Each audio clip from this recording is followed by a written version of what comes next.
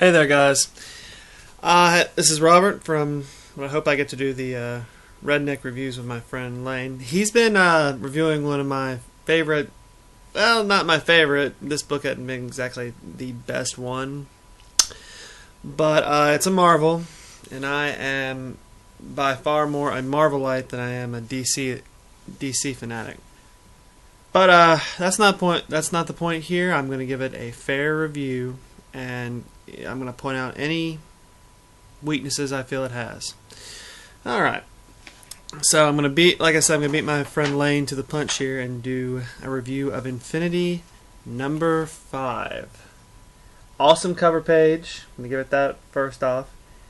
And nothing's lost or gained any points yet. Right now it's just a 5 or a 4. All right. It, like my friend said in his other reviews right here, that has a previously picture right here. It's great if you don't have, if you haven't read the knowledge, or you don't have the knowledge or missed an issue due to money concerns or whatnot. That's not my problem with it. But like he said, they do way too many of these. There is a casting page of people that are still in the story, what's left of it. And I'm a big fan of all these characters. I love the Avengers and all of their stuff. There is the Infinity page. We didn't need to have that again. We have the writers on the front page. A blank chapter page that just has a little, that just has a little thing saying what it is. Not really a big fan of that part. But getting back to what happened last time, the universe is basically rallied back, getting its second wind, and fighting the Engineers. The Engineer story has by far not been a lot of people's favorite. But in this issue, it gets a little bit better because they're wrapping it up.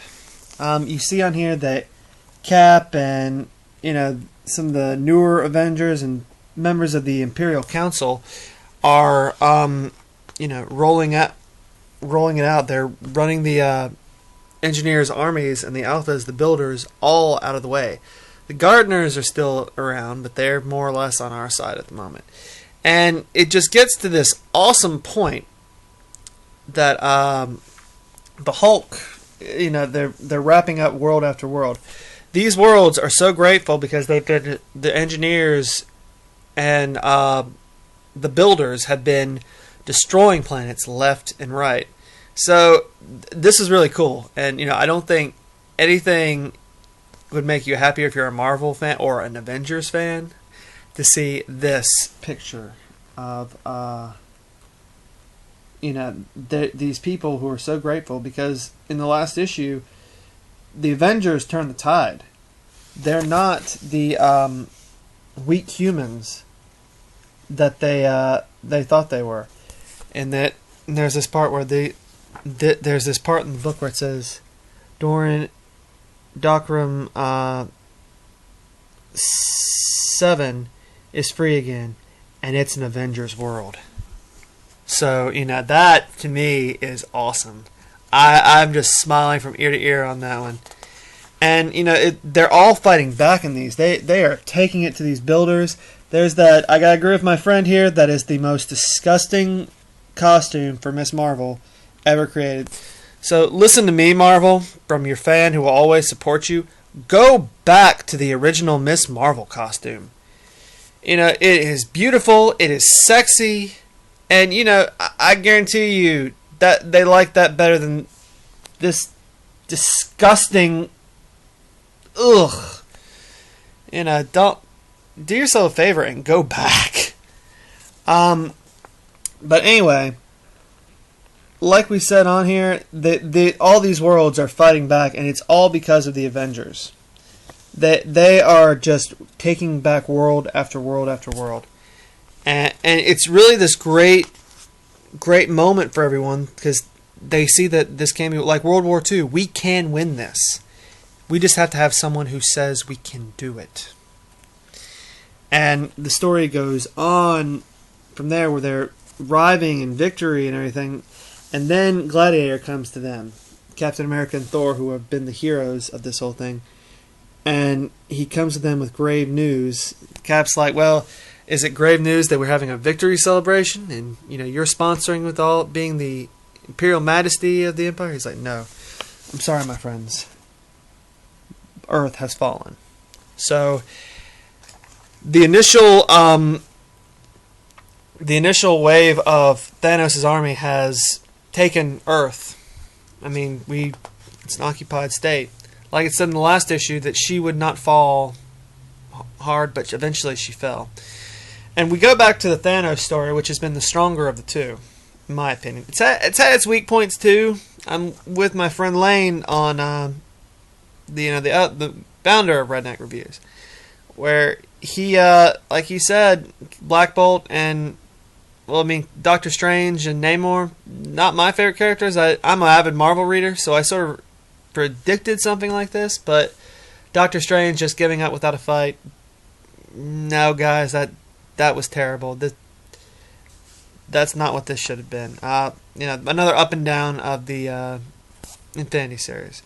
But anyway, we find out one of these. We finally find what Thanos has been looking for, his son, and now, thanks to the Tangerine Genesis, we see Thanos' son, and he looks more like him. So there is a resemblance there. I wonder if maybe the Inhumans did that to him genetically, so he wouldn't be Thanos. That maybe they were trying to give him a chance to be something else. Well, this new guy, one of Thanos' henchmen, has found him, and if you saw the last issue, he went out. He lost control of his powers. Thanos' son did, and just destroyed this lost tribe of the Inhumans. So and this guy was a healer. I mean, he was everything the opposite of Thanos was. He wanted to help people and stuff, but his power is destruction. Very good writing on this part.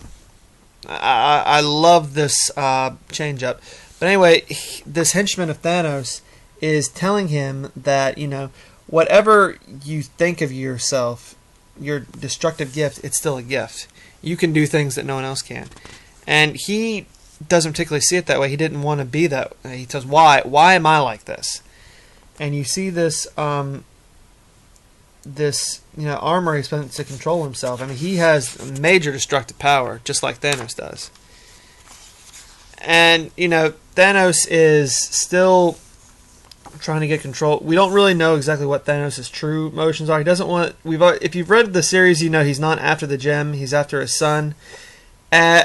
And now he's pretty much sticking back to his main cardinal function, which is to destroy all life in the galaxy.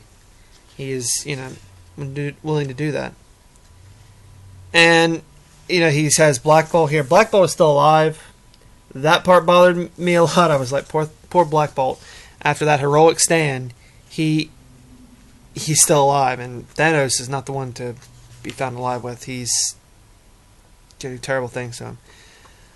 But if you saw last issue too, Thanos found these weapons that the Illuminati were going to use to save the universe. And I understand my friend didn't understand what was going on. Lane hasn't read every Avengers comic. He doesn't need to. That's a bad story point if you ask me. If you're a fan of New Avengers, I'm sorry. This one did not do it for me. This whole run of Marvel Now really hasn't done too much for me except for this storyline. It goes on where the Illuminati are trying to save the universe from this other points keep coming up. There's like 3 stories going on here. Okay, guys, it was awesome with 2.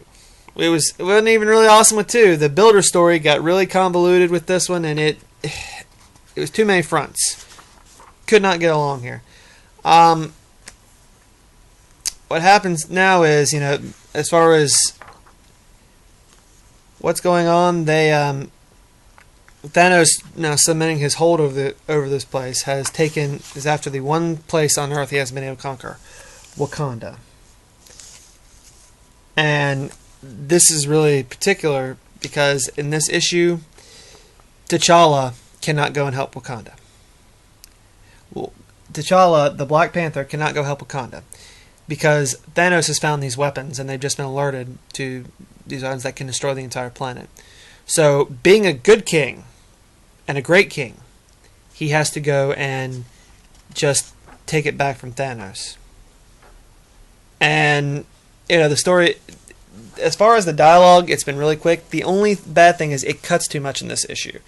Like, now we're back over here in Orlan, where Thanos has, found his son, where his henchman has told him he's found him. The armor that he was put in was actually a trap to control his powers so Thanos could come and kill him. And, obviously, we get to this final part of this thing where his son asks him, so he goes, "So this is the very last of my offspring. Take a deep breath, boy. Enjoy it. You have so very few left." And his son asks him, "Why? Why are you doing this?" And to me, I've wondered this too. I mean, a prodigy is still a prodigy. I mean, even from someone who admires death so much.